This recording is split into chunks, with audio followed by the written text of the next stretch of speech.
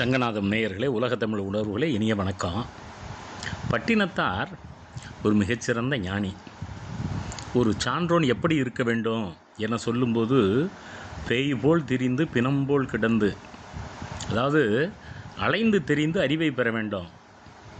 தன்னை பிறர் இகழ்கிற போது பிணம்போல் இருக்க வேண்டும்.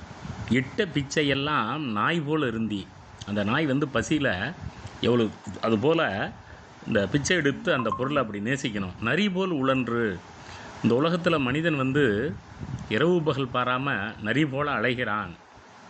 நன் மங்கையர் தம்மை தாய் போல் கருதி, எல்லா பெண்களையும் தன்னுடைய தாய் போல் நினைக்கணுமா.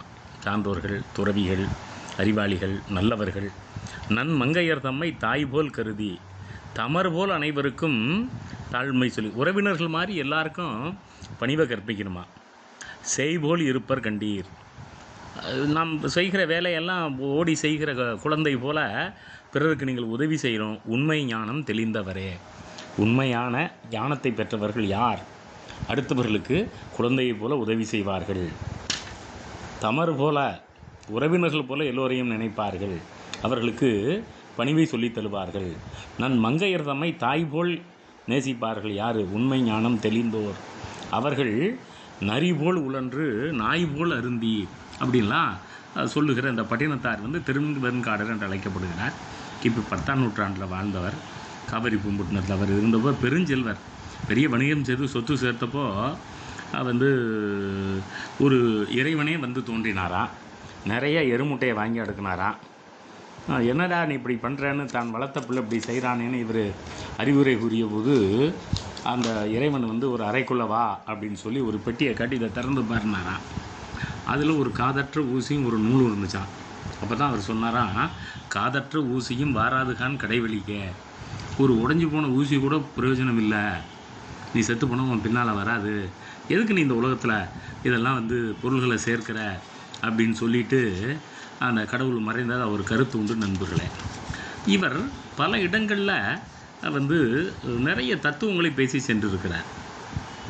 அவர் ஞானம் 100 இருந்தாலும், பூரண மாலை 102 கன்னிகளாக இருந்தாலும், நெஞ்சொடு புலம்பலாக இருந்தாலும், எல்லா பகுதிகளுமே நண்பர்களே, உற்றார் யார், உடன்பிறப்பு யார், பிள்ளைகள் யார், மற்றால் இருந்தால் என், மாளும்போது உதவுவரோ, பிள்ளைங்க உறவினர்கள் சாகும்போது யாராவது வருவார்களா, கற்றாய் இழந்த இளங்கன்றது போல் உருகி, தன்னுடைய தாயை இழந்த கன்று அம்மா அம்மான்னு கத்துற மாதிரி நம்ம இந்த உலகத்தில் அலைய வேண்டியது இருக்கும். சிற்றாகி சிற்றின்பம் சேர்ந்தனையே மனமே, ஏன் மனமே நீ இந்த சிற்றின்பத்தை நினைக்கலாமா, நினைக்கப்படாது அப்படிங்கிறது இவருடைய மெய்யியல். நண்பர்களே, பிணவாசம் உற்ற பெருங்காயம் அப்படிம்பார்.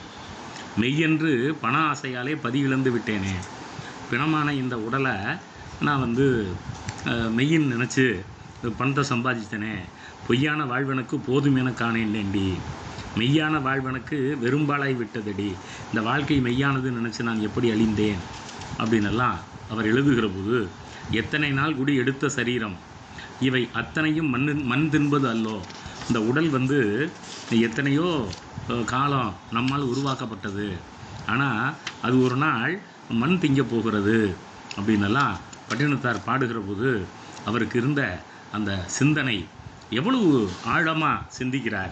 யாராவது உற்றார்கள், உறவினர்கள் இறந்தபோது உன் பின்னே வருவார்களான்னு அவர் நெஞ்சத்தை பார்த்து கேட்கிற போது, ஆமாம், உண்மையான மெய்ப்பொருளாகிய இறைவனை நான் மறந்துட்டேன், உண்மை பொருளை உகந்திருந்து பாராமல் மெய்மயக்கத்தாலே பிறந்து இறந்து இருந்தேன் பூரணமே அப்படின்னு அந்த பூரணமாலைங்கிற நூலில் அவர் இந்த உலகத்து ஆசையினால் நான் வாழ்ந்தேன் அப்படின்னு சொல்லுகிற போது என்ன நுட்பமாக சொல்கிறார் பாருங்கள்.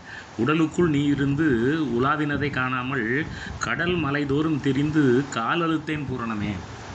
சும்மா இந்த கோயிலில் சாமி இருக்குது, அந்த கோயிலில் சாமி இருக்குது, உன் உடம்பு தான் தெய்வம், வேறு எங்கேயும் சாமி கிடையாது, கோயிலே அலையாத, நாடு நாடாக அலையாத. ஏன்னா அருமையான பட்டினத்தாருடைய தத்துவம் நண்பர்களே.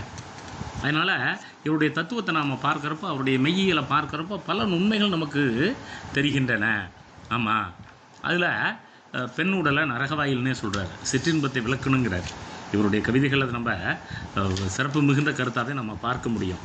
ஆகையினால் இவர் கூறுகிற அந்த உண்மை ஞானம் தெளிந்தவர்களாக வாழ்வது என்பது நமக்கு பல விதங்களில் சிறப்பு தரும். அனைவருக்கும் நன்றி.